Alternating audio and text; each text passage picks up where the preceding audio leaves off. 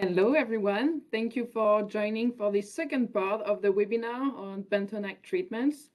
We had an issue during the last webinar, the research and winemaking webinar that was related to bentonite treatments and how to use bentonite in winemaking because the second presentation from Dr. Pamela Nicolle wasn't working. So I decided to record a second part for this webinar. So briefly, I'm going to introduce Dr. Pamela Nicolle, and then I'm going to share the presentation from her. So Pamela has over 10 years of experience in fermented beverages. Besides her winemaking expertise, she also has had extensive hands-on training in analytical and sensory analysis of grape and wine. She fell in love with wine research after her internship at INRA SPO, Montpellier, France, with Rémi Schneider and Anna Samson on the quality of wine with reduced alcohol content. After graduating with a master in chemical and sensory analysis from Le Havre University, France, she worked as an engineer at INRA Pêche Rouge, Grisons, France. There, she worked on the study of aroma compound production during winemaking fermentation under the supervision of Jean-Roch Mouret and Jean-Marie Sablerol. Later, she pursued her career as an engineer at the Station Viticole of BNIC Cognac, France. Her researches focused on the quality of grape, wine, and brandy. After successfully finishing her tenure as an engineer, she joined Laval University, Canada for a PhD in food science with Paul Anger and Karine Penot on a full-term NSERC scholarship. In her thesis, she studied the compounds responsible for tannin retention of red interspecific hybrid grape wines cultivated in cold climate. Although challenging, working on hybrid grapes was exciting for her as little was known about it and still is. Since 2019, she has been working as a research associate at Sainte Anne University, Nova Scotia. There, she helped set up a state-of-the-art analytical platform and also actively participated in designing and setting up a winery. Recently, she was also appointed the supervisor of the wine research facility at Sainte Anne University.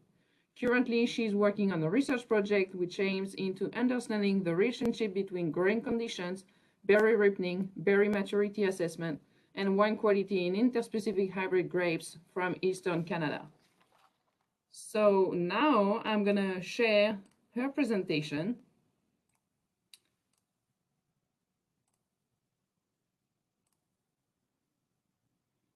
So I hope you can all see the presentation and you can hear.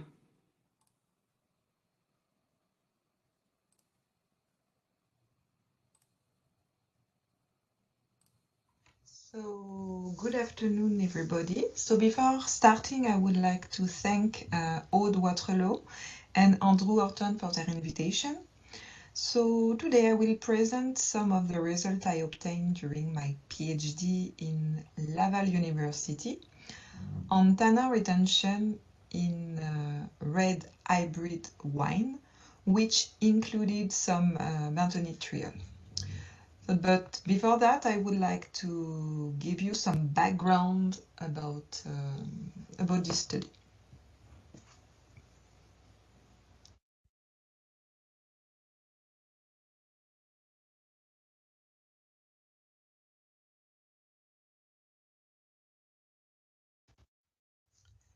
So, as you may know, Quebec red wine are mainly made from cold hardy grapes because of the harsh climate we have there. Quebec wine are generally described as supple, fresh, lively, with low mouthfeel and more colorful than Vitis vinifera wines. The quality and taste of a red wine are mostly based on its acidity, its astringency, and degree of alcohol, which contribute to the balance of its structure. Among the many molecules that contribute to the taste of wine, the tannins have a prominent place since their concentration and structure have an impact on the wine astringency.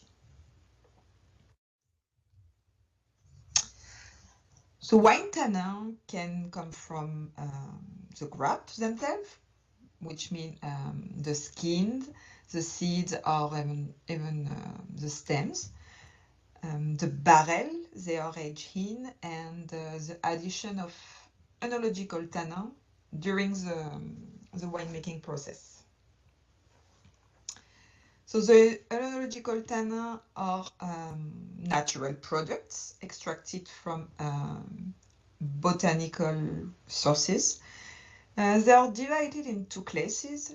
The hydrolyzable tannin, which come from, for example, oaks and chestnut, and the condensed tannin, which come from other suitable plant sources, which include the grape skin and the seed.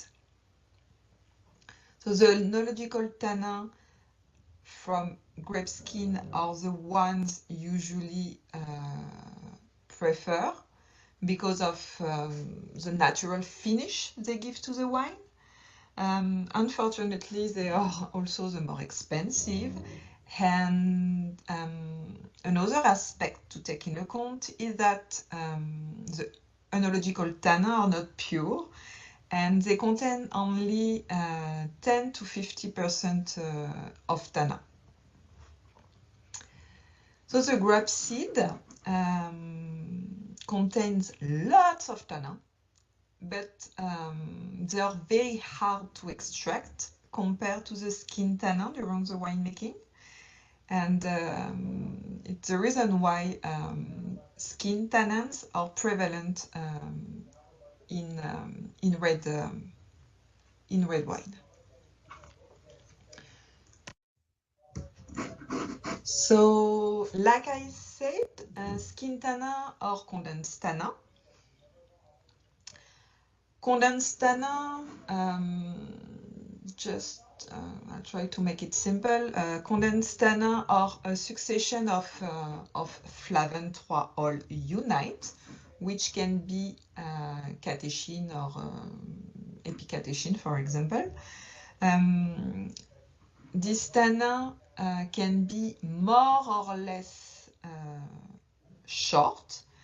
By definition, we call oligomer the one composed of 2 to 5 units of flavin-3-ol, and we call polymers the ones with more than 5 units of flavin-3-ol. So they can have many forms. They have basically variable initiator, that means the one who start the chain. They can have different elongators, that means the one in between, and different branching also, so they can attach each other in a different way. And like I said before, so they can have different size. Condensed tannin can bind with proteins, like the one present in our saliva. And it's this interaction, basically, which is responsible in part of the perceived astringency we have of a wine when we test it. So the wine astringency is positively correlated with the tannin content of a wine, and it also increases with the degree of polymerization. That means, the number of such subunits which is repeated, and also the degree of galoylation, which means basically the proportion of flavin-3-ol unite carrying a gallic acid esterified at the flavin-3-ol, increase also the perceived astringency.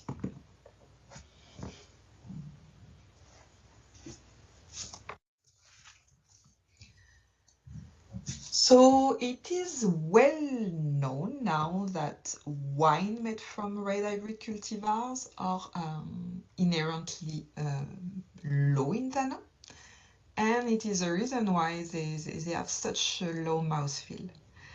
Their tannin content can range from less than 50 to 150 milligrams per liter, while Vitis vinifera wine have a larger range, going from 30 to sometimes more than 1,000 milligrams per liter.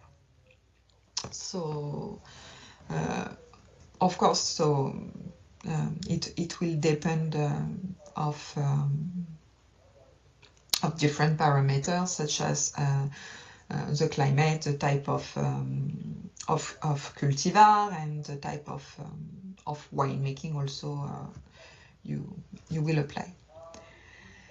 So hybrid cultivar also have tannin with a lower mean degree of polymerization. So this MDP will range from 4 to more than 10 in Vitis vinifera cultivar wine. But this range can be much lower for hybrid cultivars with MDP usually less than 4. So the lower tannin content in hybrid wine is likely due to the combined effect of lower skin tannin and a higher concentration of extractable protein in hybrid grape cultivar. The skin tannin of hybrids have twofold less tannin, twofold less tannin than the one of Vitis vinifera, if you take a look, which basically is much less than the difference we observe between the wine. And also we found more extractable protein in the wine made from hybrid. If you take a look,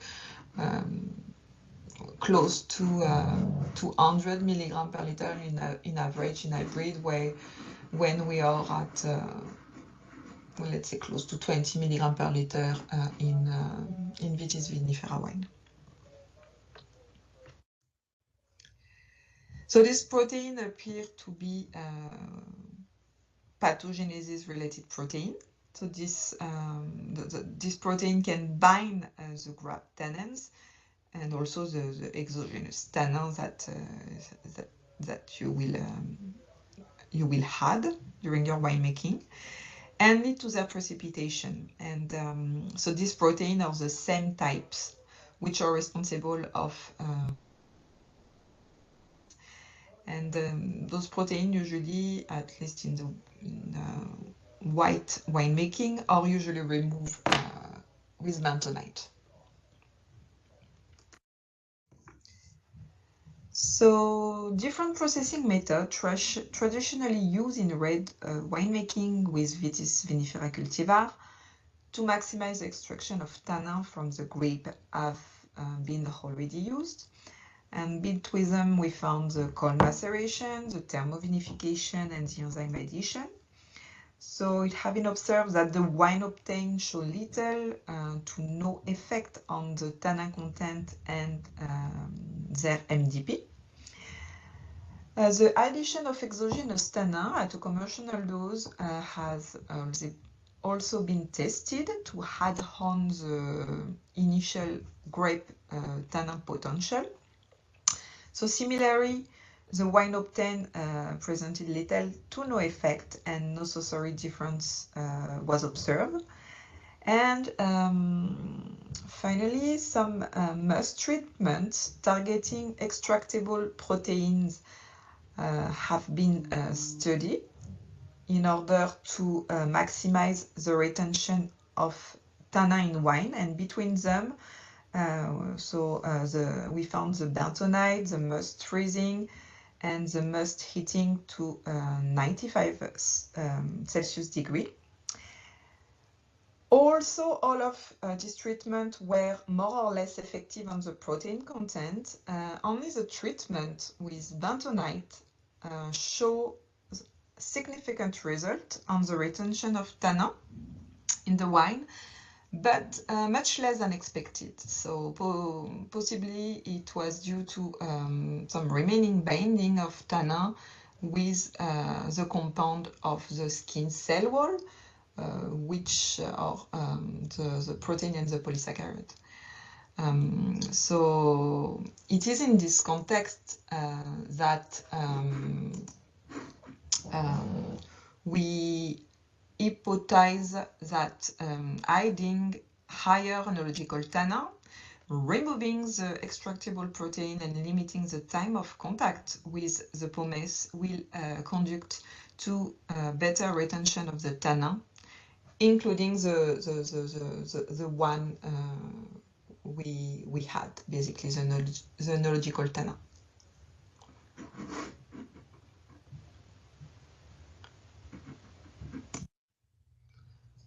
So the experimental design used to check our hypothesis is the following. So we use the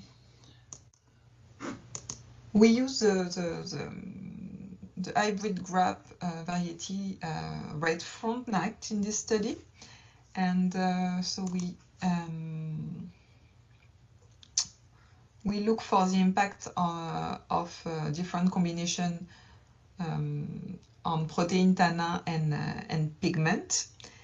The treatment investigated were the must protein treatment, the pomace, and the tannin injection, and all of them were applied before alcoholic fermentation. So the must protein treatment tried were the bentonite and the heat. For the bentonite, we used the KWK crystal clear. We added to the must at a concentration of 1 gram per gallon, and we just left it in the must during the whole fermentation. So this concentration is in the recommended range given by the manufacturer, which is 1 to 2 grams per gallon. For the heat, the must and pomace were put together, heated and maintained between 60 to 80 degrees Celsius for 20 minutes. So in the treatment, having pomace, the initial proportion of pomace to juice was respected. And so by pomace, I mean the pulpy residue from berries after pressing for juice, which contain the skin and the seed. So increasing concentration of an enological tannin in must were also tried and added. So the concentration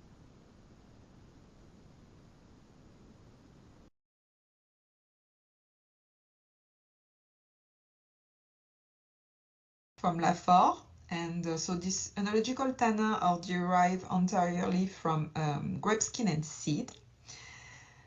So by adding this tannin concentration, we were 5, 15, and 40 times higher than the recommended dose, which seems pretty much, but if you take a look at the purity of this tannin, we see that there is only 15% of tannin in the commercial tannin extract, which were mostly oligomeric tannin.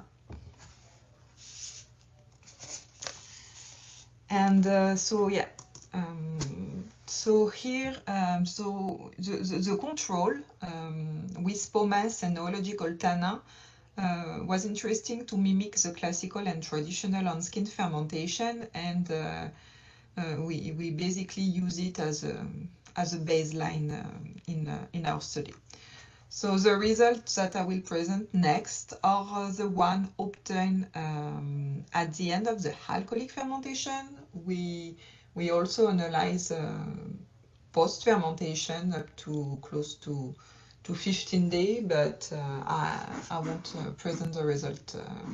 I won't present the result today. So we will start with the protein content of our wine, and so the impact of the must treatment.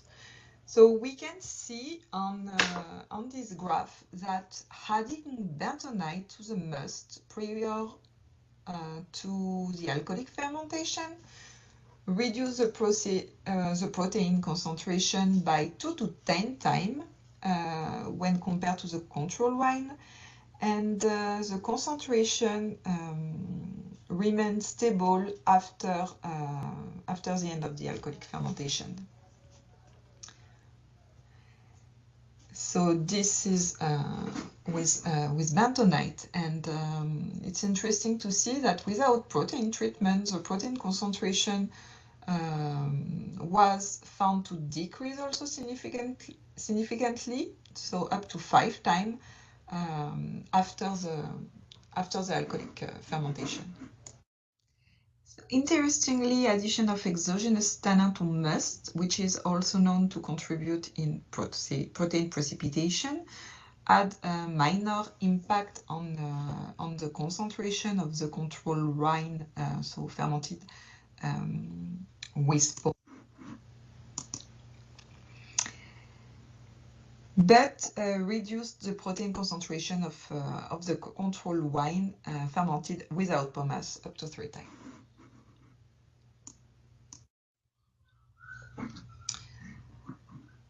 So now if you take a look of so the protein compound and the impact of the grape pomace, we can see that the fermentation conducted in presence of pomace resulted in an increased protein concentration in the bentonite treated wine, so up to 3 times more. This suggests that the presence of grape solid contribute to the protein load in Frontenac, and also that finally bentonite in presence of pomace doesn't seem to react exactly the same toward the protein.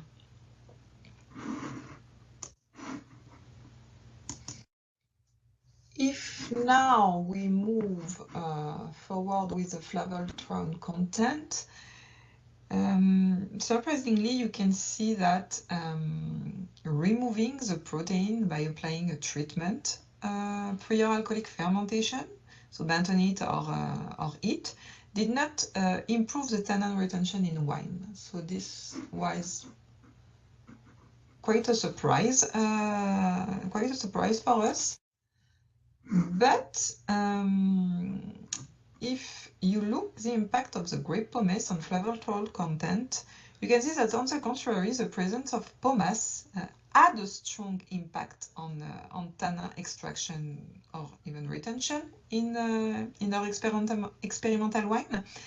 And so the wine fermented without pomace and supplemented with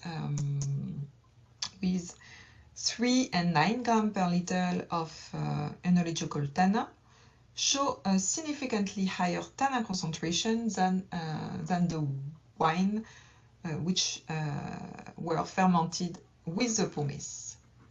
So yeah, so their composition, as like you can see here, majorly included oligomeric flavonol. But if you take a look closely on the data, we saw that the proportion of polymeric flavonol was also considerably improved, and it was up to close to 30% increase in polymeric flavontrol. And interestingly, among all the wine fermented without the pomace, our bentonite treated wine were the most positively impacted by this pomace removal.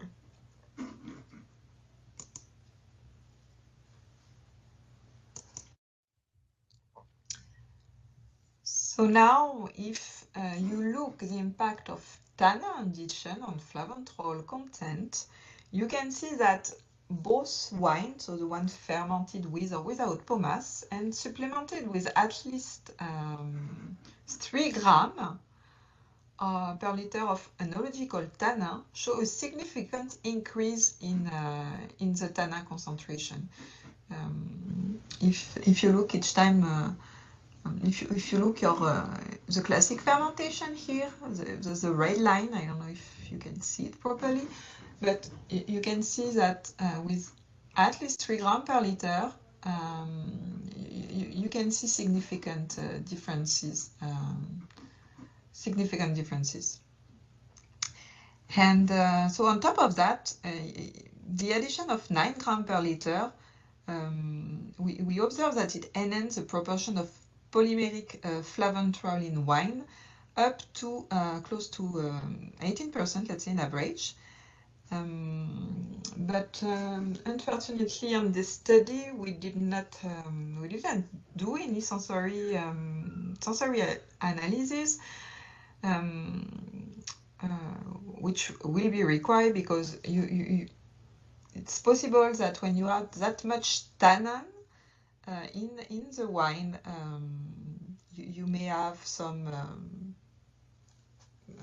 compounds that you don't, some off flavor basically, and I mean you really need to check and to check this aspect. So yeah, we got an increase, but you still need to check in terms of sensory analysis what's happened basically.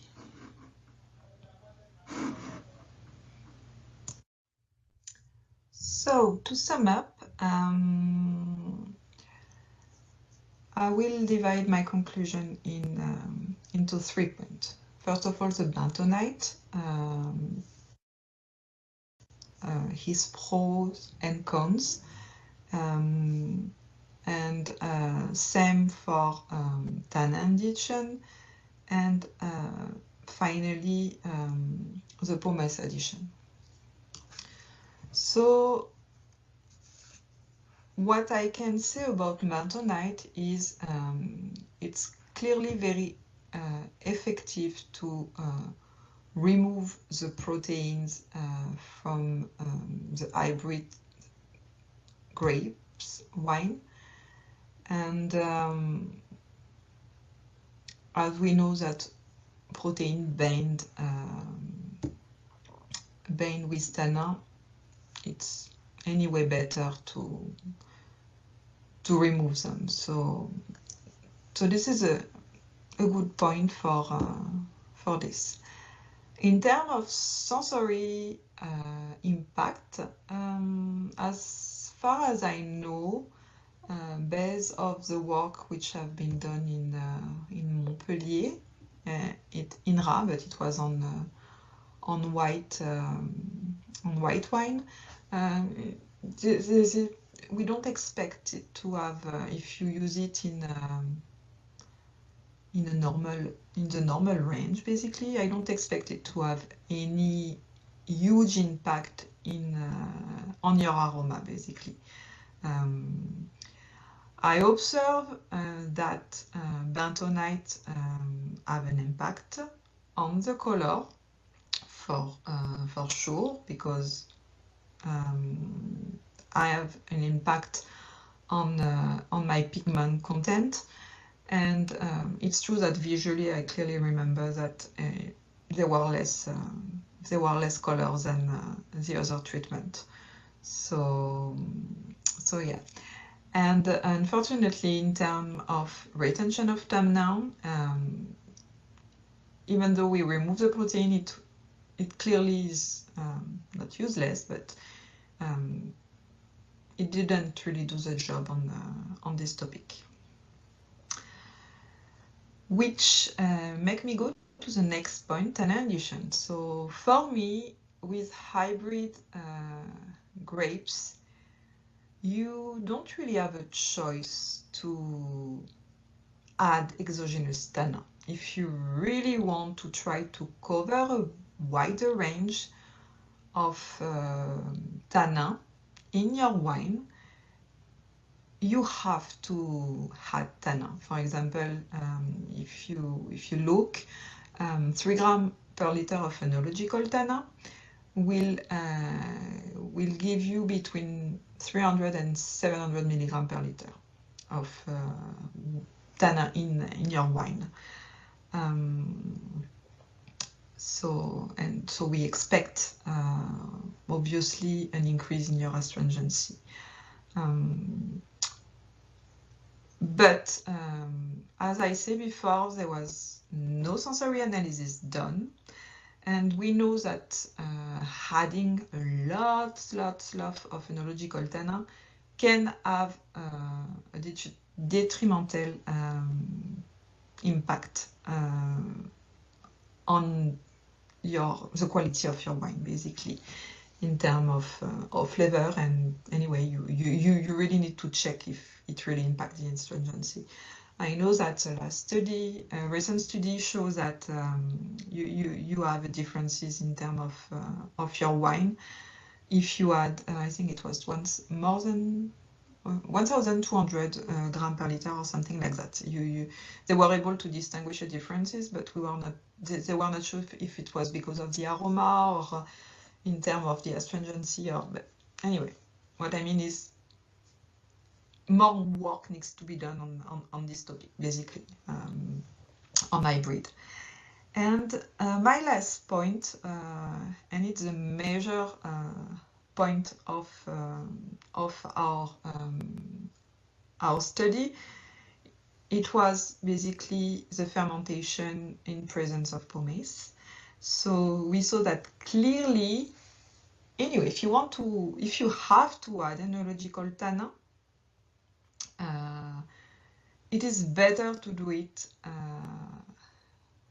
in absence of pomace, basically.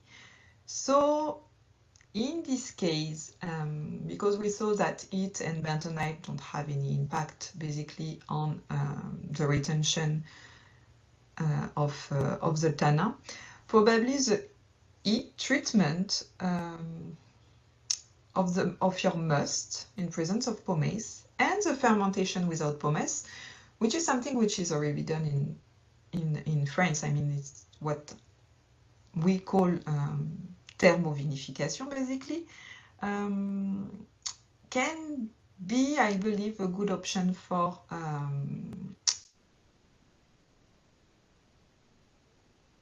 so the advantage to eat your pomace is you will extract before your fermentation all your polyphenol, and also, I mean, most importantly, also your pigment. And so, yeah, I believe that this should be an avenue to continue on. So yeah, this is what I can share with you.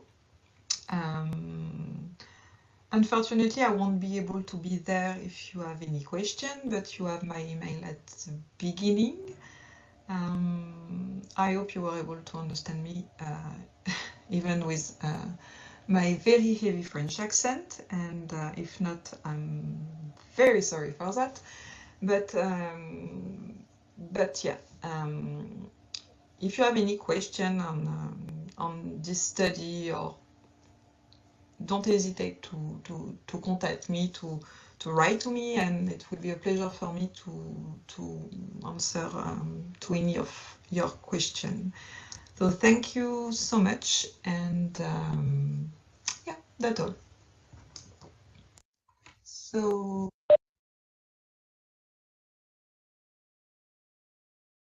Thank you very much, Pamela. I know that's a little bit different than what we used to have because that's a previously recorded presentation that I'm sharing and I'm recording again. So if, as she mentioned at the end of her presentation, if you have any question about her work and her presentation about the use of bentonite, the use of enological tannin for cold hardy interspecific hybrid wines, feel free to send her an email at pamela.nicolle@usainteanne.ca. Otherwise, you can send me an email directly at waterloo@iowastate.edu, and I will transfer your questions. Hopefully, you learn a little bit about the different treatments that can be applied to cold hardy interspecific hybrid wines. If you have, as I said, any question, feel free to send us an email. Thank you very much. Have a good day. Bye.